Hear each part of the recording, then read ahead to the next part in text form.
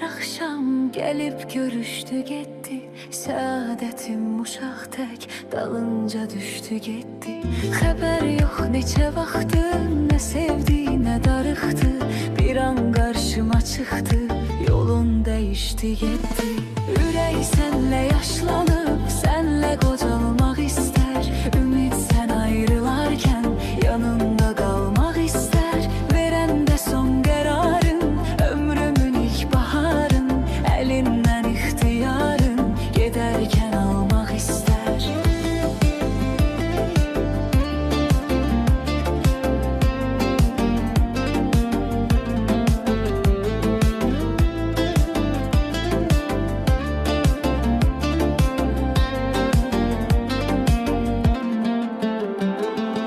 Ağıllarda yaşanmış mehabbet olmasaydı, inanmazdı əzizim, həqiqət olmasaydı.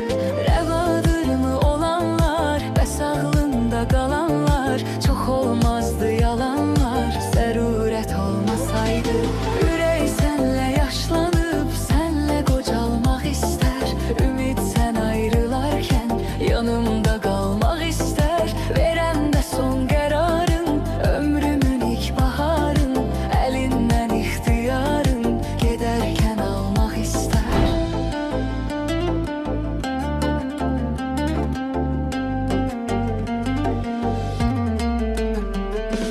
Ürək sənlə yaşlanıb, sənlə qocalmaq istər.